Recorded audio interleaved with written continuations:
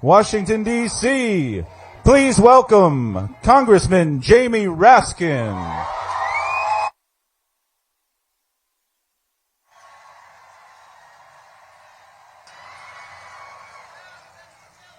The great thing about science is it's true whether or not the Secretary of Health and Human Services believes in it. Let's all say with Maryland, hands off science. Anybody here from Virginia? The birthplace of James Madison, who wrote us the First Amendment. It separated church and state for the first time in human history. It gave us the right to speak freely, to publish freely, to worship freely, to assemble freely, and to petition government for a redress of grievances. As Dr. King said, we've got the right to protest for what is right without being arrested, deported, or fired. We got the right to read the books we want, including 1984 and The Handmaid's Tale, even if they now belong in the nonfiction section.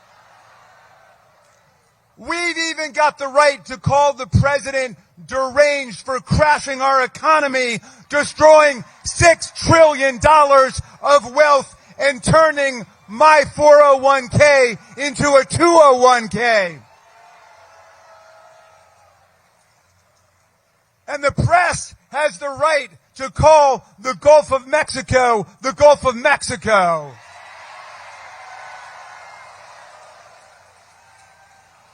Madison's Constitution gave us the two most beautiful words in the English language: due process.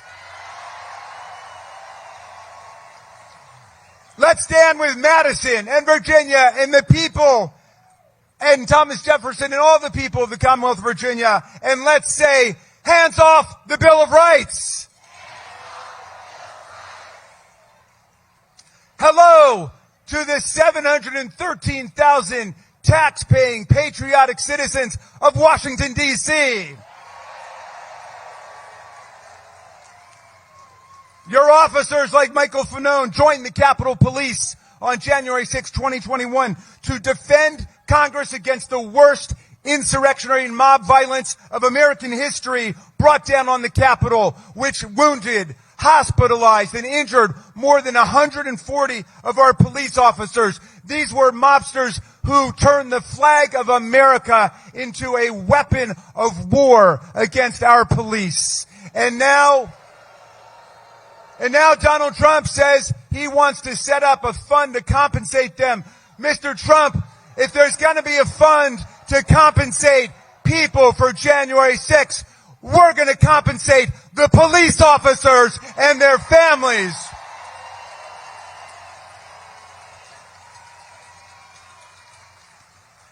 We're going to back the men and women of the blue, not the planners of the coup. Meantime, the people of D.C. have a valid, bona fide political grievance, not an imaginary one. They've not stormed the Capitol or tried to overturn an election or hang the vice president. They petitioned for statehood like 37 states before them. They did it the right way. So we say to Donald Trump and Elon Musk, hands off Greenland. That's an independent country. Hands off Canada. That's an independent country. Hands off Panama. That's an independent country. Statehood for Washington, D.C. And let's say with the people of Washington, free D.C.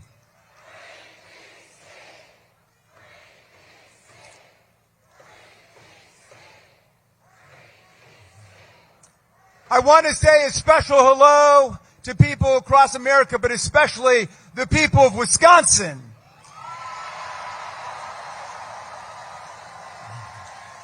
They showed America that organized people who want nothing but freedom can defeat organized billionaires who want nothing but power. In today's polarized society, Congressman Jamie Raskin emerges as a vital voice of reason and action, grappling with complex issues that threaten to dismantle the very fabric of American democracy. His speeches resonate not just as political statements, but as profound calls for collective consciousness and unity amid growing ideological divides. From the outset, Raskin pays homage to the rich historical and cultural heritage of Maryland, a state that produced influential figures like Frederick Douglass, whose fight for emancipation and equality remains a source of inspiration. Raskin emphasizes that the struggle for justice and representation is not merely a contemporary concern. It is rooted in the legacy of those who fought against oppression, making it a subject of ongoing relevance. This historical framing is not merely decorative. It serves to remind listeners that the battles currently being fought are extensions of those waged by giants of the past, and that the arc of history must bend toward justice through conscious effort. Raskin's invocation of scientific integrity is particularly pertinent in an age characterized by misinformation and political maneuverings that challenge empirical truths. He underscores the necessity of protecting scientific endeavors, particularly in institutions like the NIH, which are crucial in the fight against pressing health crises. This call to let the scientists do their jobs becomes a broader metaphor for allowing truth and reason to guide policymaking, free from the interference of political posturing. We invite all Americans to join us, to join the party of democracy and freedom and solidarity. An injury to one is an injury to all. A victory for any one of us is a victory for all. And I leave you with the words of two great democracy patriots. Hold them close to your heart. One, the great Frederick Douglass, born a half an hour away at the Wye River Plantation into slavery. He escaped from slavery to become our great freedom fighter during the Civil War and Reconstruction. And Douglass said, if there's no struggle, there's no progress. And the struggle may be physical, it may be moral and physical, but there must be struggle. Power concedes nothing without a demand. It never has, and it never will. A message to you from Frederick Douglass and the people of Maryland. And my friends, I leave you finally with the words of the great Tom Paine, who my son Tommy was named after. And Tom Paine got here in 1774, 2 years before the Revolution. He fell in love with the promise of our land. He said, if these people live up to their promise and their ideals, the land will become an asylum to humanity, he said. Not an insane asylum, mind you. A place of refuge for people seeking freedom from political and religious discrimination from all over the world. And he wrote the pamphlet that ignited our revolution, Common Sense, by which he meant the sense we all have in common when we're willing to reason together without myth and dogma and what we would call propaganda and disinformation. But 1776 was a tough year, and the country was split. There were some people running around saying, you can't beat the kings and the queens. You can't beat the autocrats and the monarchs. You can't separate church and state. For all of history, people have lived under thugs and dictators and kleptocrats like Vladimir Putin and Donald Trump. But half of the people said, no, let's try something different. Let's pledge to ourselves our sacred honor, our fortunes, our lives to build something different. And so Paine wanted to write a pamphlet to give people hope during the darkest hours. And he wrote this beautiful pamphlet called The American Crisis. I just want to quote a little passage to you. I'm going to update the language so it doesn't offend modern sensibilities. And Nancy Pelosi told me I had to do that. And she said it wouldn't offend Tom Paine because he was a feminist. And that he was. He was fighting for women's voting rights in the 18th century. But Paine said, these are the times that try men and women's souls. The summer soldier and the sunshine patriot will shrink at this moment from the service of their cause and their country. But everyone that stands with us now will win the love and the favor and affection of every man and every woman for all time. Tyranny, like hell, is not easily conquered, but we have this saving consolation. The more difficult the struggle, the more glorious in the end will be our victory. Let's make that victory ours. Thank you, indivisible. Thank you, America.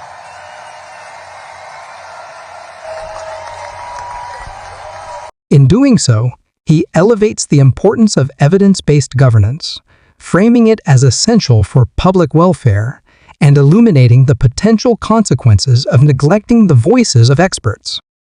As he tackles the alarming events of January 6, Raskin navigates the delicate balance between honoring those who protected democracy and holding accountable those who perpetuated threats against it. His unequivocal support for law enforcement during the insurrection sets the stage for a broader conversation about civic responsibility and the rule of law. By championing statehood for Washington, D.C., and recognizing the importance of political representation for its residents, Raskin presents a vision of inclusivity that echoes the democratic ideals the nation was built upon. This devotion to an equitable political process serves as a critical reminder that true democracy must be accessible to all citizens, regardless of their geographic location. Raskin's forthright critique of Donald Trump highlights the need for accountability in leadership while addressing the contagions of misinformation and corruption that have seeped into politics.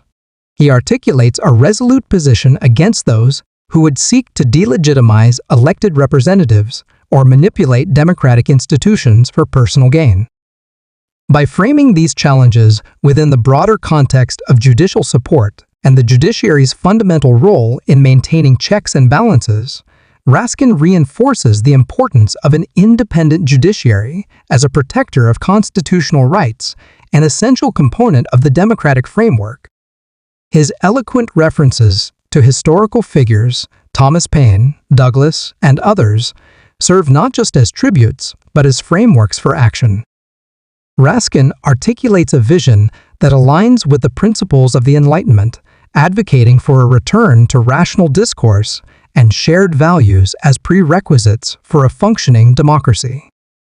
His discussion of Paine's poignant observations on resilience in the face of adversity serves as a powerful exhortation for citizens to rise against tyranny and division, invoking a sense of urgency and action.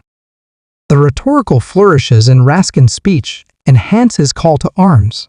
He utilizes language that evokes hope, unyielding determination, and solidarity.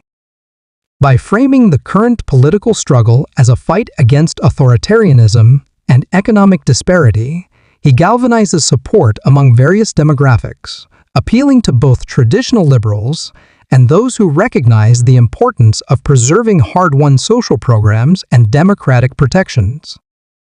Furthermore, Raskin's unwavering commitment to the interconnectedness of rights, civil liberties, social justice, labor rights, and environmental protections articulates a holistic vision of progress that is inclusive and representative. He reiterates the notion that defending these rights is a shared responsibility, urging citizens to recognize their agency in shaping a future that honors the sacrifices of past generations.